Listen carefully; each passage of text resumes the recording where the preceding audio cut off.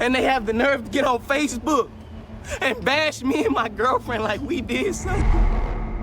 The couple is accused of killing the little girl and dumping her body in a storm drain.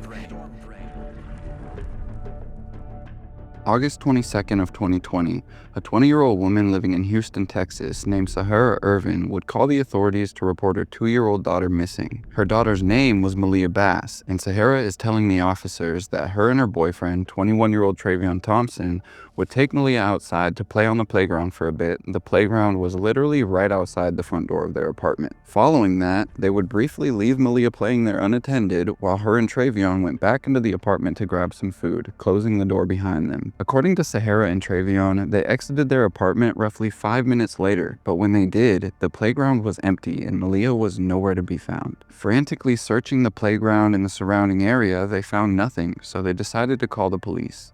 Following the arrival of officers at their apartment, a regional Amber Alert would be issued for the young girl, and she was reported as last being seen in a multicolored top, multicolored shorts, and she was carrying a pink and white pillowcase that also had her letter blocks inside of it. The well-known Texas EquiSearch team would be the ones to take on the initial search, canvassing the entire area seeking any sign of Maliyah. Some of the investigators said they were sort of leery of Sahara and Travion from the moment they got on scene, not really buying the story that they were telling them, though nonetheless they continued the search, but they found nothing. Unfortunately, August 22nd would come to an end without Maliyah being found, and no clues as to what may have happened to her. The apartment complex pool would be drained, they brought dogs in to thoroughly search the surrounding area, but none of it led to the missing toddler. What especially caught the officers off guard is Sahara and Travion were completely opposed to using the search dogs that the officers brought on scene, and Sahara would repeatedly protest against it, which made absolutely no sense at all to the officers besides sparking suspicions of foul play on the couple. It wouldn't be long before it became clear the breaking down and overly emotional reaction of Travion and Sahara was nothing but an act, a calculated charade to cover up their heinous actions, which were the true cause of Maliyah's disappearance.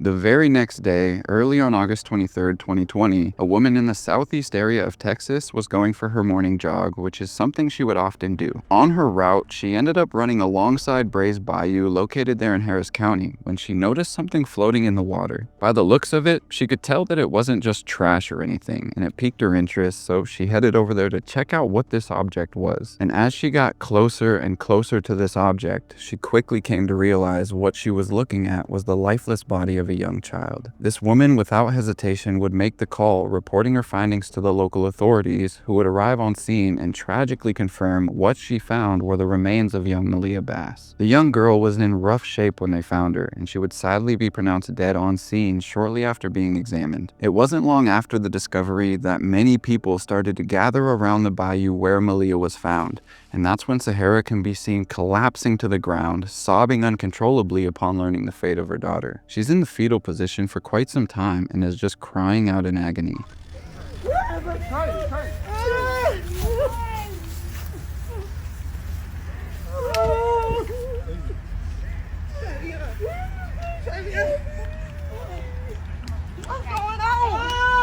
What's going on? Hey, right here. I want to help you, okay? What's going on?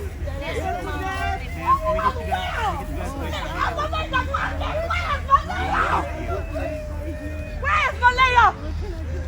Where's Maliyah? Ma'am, what's your name, ma'am? Where's Maliyah? Travion! Travion, where's Maliyah?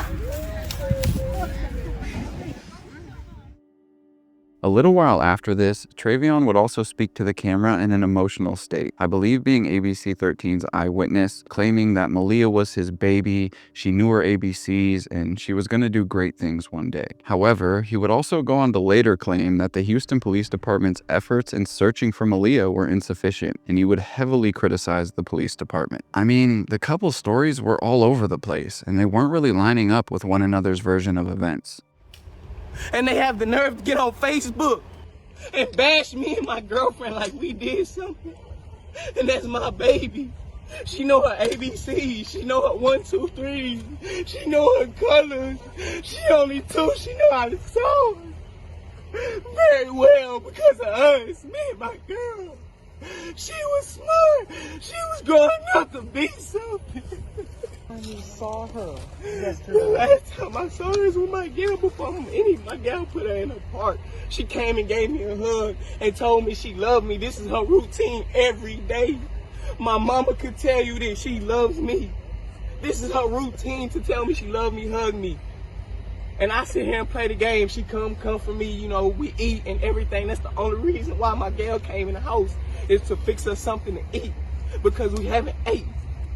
So I called her and told her in 5 minutes, it was only 5 minutes, it happened so fast. She was gone. And they don't realize my apartment, the rent lady had a whole operation, a sting on her for sex trafficking. And they let the lady out the same day. There's a whole operation of prostitutes thing right around us. It's people living in Vacos. I seen baby footprints, hearts everywhere. I seen this in the Vacos. My baby could have been in here at any time because the dog passed out and the helicopter ran out of gas. Y'all supposed to already have that together. Before the helicopter supposed to even came, y'all supposed to have 4 or 5 dogs looking for my baby. What's your name, sir? Travion Thompson. How do you spell it? Travion Thompson. And your gut's telling you that that's your baby? Cause this time my baby gone. We called and they found the baby over here. Travion, I'm sorry to ask you. Ain't nobody called. Ain't nobody else called about it. With the retrieval of Maliyah's body came rising suspicions surrounding Travion and Sahara and just what their involvement may have been. They were both repeatedly questioned by detectives who continually noted that their stories were incredibly inconsistent, and investigators thoroughly believed there was foul play involved. They just didn't have any evidence yet. As the next month passed, Travion and Sahara were not being charged with anything as police looked for hard evidence as to who was at fault for the disappearance and death of their 2-year-old girl. Although the state of Maliyah's body painted a clear picture of mistreatment and unnecessary harm being done to the little girl, which most likely led to the end of her life. But without any leads or hard evidence, they didn't have anybody to arrest, and Sahara and Travion remaining free enraged a lot of people in that neighborhood and around the country, which led to a lot of backlash and outspoken people letting it be known they wanted both of them locked up. In the meantime, memorials and vigils were held for Maliyah while loved ones and family members waited for an outcome to this case.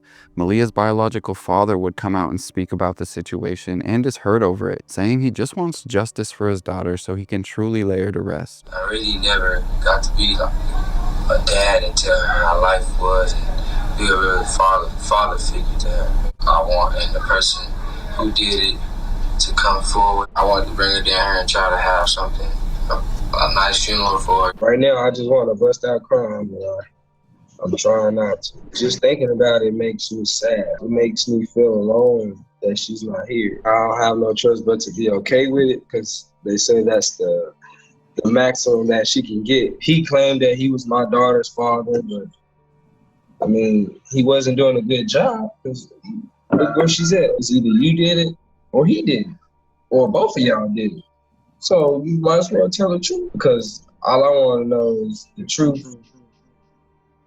I've covered quite a few of these cases and stories, but rarely, if ever, have I seen a community that was this outwardly angry and enraged about Sahara and Travion not being in jail. There's always emotion and strong support from the communities involved, but these individuals were livid, and they felt this way because they didn't believe Sahara and Travion were innocent. Specifically, when the duo returned back to their apartment after Maliyah had already been found deceased, a group of heated individuals gathered outside their front door to protest and express their frustration. According to a few of the reporters, some of those people that were angry outside of their apartment had to physically be held back from running onto their property and attacking them. I mean, the entire neighborhood was demanding answers, and they wanted to see those responsible behind bars. A little over a month after the initial discovery of Maliyah's body, a major shift in the case would come when authorities uncovered a piece of evidence that completely contradicted the stories of Sahara and Travion. It took me forever to pinpoint exactly when the these two were taken into custody because very few sources reported that fact specifically, until I found one of the official reports from the Houston, Texas Police Department. According to this report, on October 5th, 20-year-old Sahara Ervin and 21-year-old Travion Thompson would be brought in again by homicide detectives for further questioning due to this evidence that they came across. Then the following day, on the 6th of October, they were both officially charged and booked into jail for the disappearance and death of Maliyah. I also confirmed this by checking all of the videos that reported on their arrest, which are all on October 6th or shortly thereafter.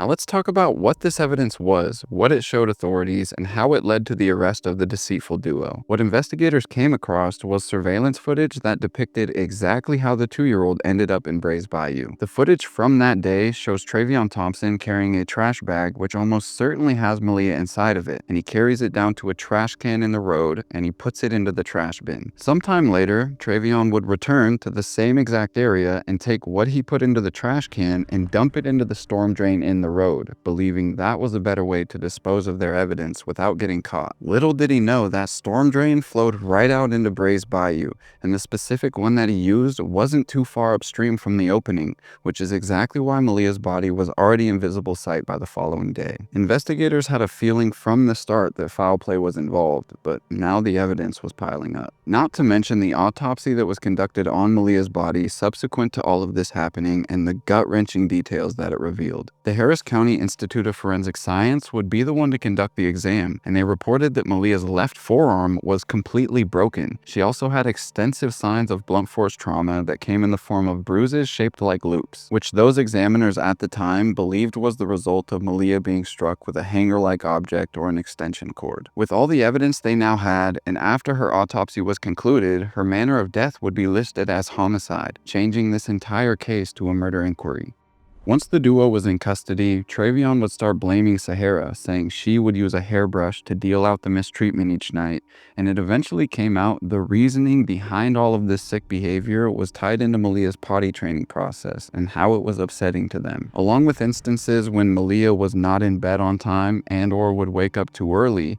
It would cause frustration in Sahara and Travion, who would take it out on her. It was something along these lines that happened on August 21st, causing the duo to attack the defenseless child and cause these life-ending injuries. They would then take Maliyah and they forced her to sleep in a closet for the entirety of that night. The following morning, when they got up and checked on her, she was motionless and unresponsive in the closet. Sahara and Travion quickly realized that Maliyah was deceased due to the damage that they inflicted on her, and they were now well aware that they were at fault. So together, they would devise a plan as to how they were going to dispose of this evidence and come up with a cover story for her disappearance, leading to the following day when they would call authorities and report her missing and stolen from the playground outside their apartment. While Travion is pointing the finger at Sahara, saying she's the one responsible for the death of her daughter, Sahara is saying no, that's not the case, and the truth is, Travion expected much more from Maliyah in terms of potty training and going to bed, and when he didn't get it, he would strike her. Then in court, Sahara would agree to testify against her boyfriend in a plea deal where she would receive 20 years behind bars instead of facing life, which is exactly what she would do. She testified against Travion and pleaded guilty to the 2 charges she was facing, injury to a child and tampering with evidence, a human corpse, and was ultimately sentenced to 20 years. She would cry, break down, and thank the judge for showing her mercy before she was hauled off to start her prison sentence. On the contrary, Travion was facing the same exact charges as Sahara. However, he would confess to being the one to dump Maliyah's body down the storm drain, saying he was in fact the one on video who disposed of her. He also told investigators he did in fact take Maliyah down to that trash can first and he placed her inside of it, but he just couldn't bring himself to leave her there, so eventually he went back down and instead chose to shove her down the storm drain, which prosecutors say is exactly what sealed his fate and landed him 40 years in prison rather than 20 like his co-conspirator. With that though is Travion's criminal history, which isn't short, and he has like 5 prior convictions just since 2017. A victim advocate by the name of Andy Kahan would start looking into the couple's history after he got a weird feeling during the investigation. He recalls Sahara coming up to him after her daughter was found in the bayou, and she asked him about victim compensation. Andy would say, "I remember Mom was asking me about any victim compensation. I just thought that was a little bit odd.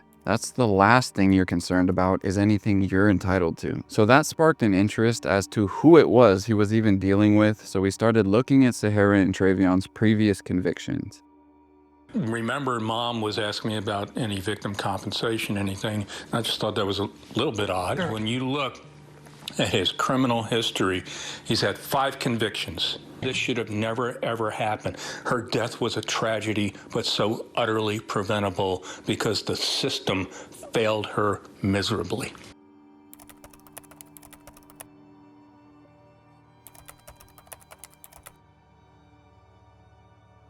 Regardless, though, the difference in sentencing was upsetting and frustrating to a lot of people, myself included. They killed her daughter in the most vicious way imaginable. Neither one of them decided to put a stop to it, nor did they report it properly. Neither one of them should ever get out of prison, and I can't even imagine trying to understand this as someone close to the situation. Someone who did speak on the outcome was Octavius, Maliyah's biological father, who wasn't too thrilled about the sentencing either, but he understands why it happened. Mind you, it took over 3 years for any of this closure to come. Sure, they were locked up, but it wasn't until 2024 that both Sahara and Travion were officially sentenced for their part. On top of that, the couple was able to bypass going to trial, meaning that some of the answers Octavius and everyone is looking for may not be brought to light with the case and court proceedings coming to a close. There's just so many sick and heartbreaking facts to this case. According to KHOU 11, who did extensive reporting and research on the entirety of this case, Sahara knew that she was at fault and she was fully responsible for what happened to Maliyah, and she would confess that what they actually used on the night of her passing was a belt and a metal rod for her mishaps. It wasn't until I found that piece of information that Maliyah's broken left forearm started to make much more sense. It's just disgusting, and I don't understand what the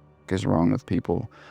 How do you bring yourself to hurt a defenseless child? Then the closet I mentioned they put her in the night of wasn't a large closet by any means. It was just a small broom closet. On top of that, they didn't allow the 2-year-old to have any clothes and not even a blanket. She was left in there naked all night until the bitter end. How do you sleep at night knowing you did this to your own flesh and blood? I genuinely can't stand these 2 lying individuals, and personally, something about them just makes me utterly sick.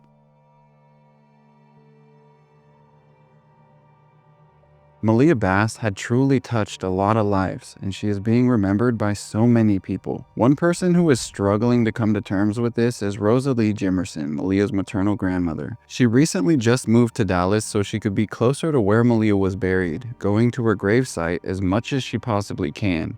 And what she said hit me like a ton of bricks. She said, and I quote, "I'll go out there and say, Tootie, or I'll say, your Nana's here, and I'll say her name. I think she can hear me, so I say her name, and it makes me feel better to say her name. I say her name and let her know I'm here, and she's not forgotten." She still struggles to come to terms with it on certain days, but she's doing much better than she once was, and she has since started a foundation in honor of Maliyah to support families in need of help for their children, whether that be with supplies or food. She reportedly has helped a handful of families so far, and I'm just glad she found a positive way to help her deal with everything she's going through. Even though she still puts a lot of the blame on herself sometimes. Just know, Rosalie, you are not at fault whatsoever, and we are praying for you and your family. I just feel like I failed on so many levels as a mom, you know. But whatever happened, you just tell the truth. You just tell the truth. And y'all, they got on national television, both of them, and they lied to the whole world. I was always there. I was always here, and I'm still here. It was just I needed a little time.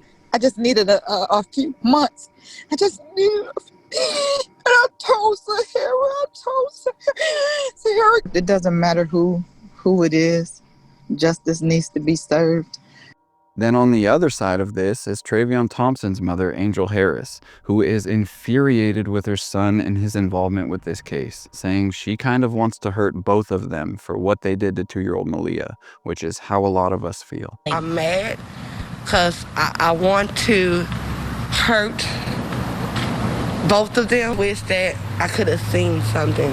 Maybe I could have intervened. Maybe I could have said, you know, let her stay here with me for a little bit. You know, all this crying, it was just a bunch of lies. That's it, a bunch of lies. 2-year-old Maliyah Bass, who would often go by her nickname Tootie, was a bright little girl whose smile would put her cheerful energy on full display. She was incredibly loving, and she had such a warm heart. She was obsessed with Mickey Mouse, she loved the color pink and Baby Shark, and these are just some of her favorite things. She may have been just a little girl, but she had a large presence and an unforgettable personality that anybody who knew her personally could attest to. It's just beyond tragic that Maliyah is gone, and she won't have the opportunity to live the life she deserved. Maliyah, you deserve to know how loved and cared for you truly are, and you should have been treated like the little queen you were. So many people out there would have saved your life if they only had the chance to do so. One thing I know for certain is we will always remember you, Maliyah, and we will keep carrying your memory with us. To the precious 2-year-old Maliyah Bass, rest in peace, girl. We won't forget. I feel so low. I'm not myself. I feel so low. I'm not myself. Alright guys, that's going to do it for today's video. If you made it to the end, go down to the comment section. Let me know how you feel about this case. Let me know how you're doing, whatever. If you want to, you can follow me on Instagram at Robert Clausen with 2 N's. If you have a story suggestion, DM me on there. I think that's all I have for you guys today. Again, I truly appreciate your support. A huge thank you to my Patreon members, and I will see you guys again in the next one.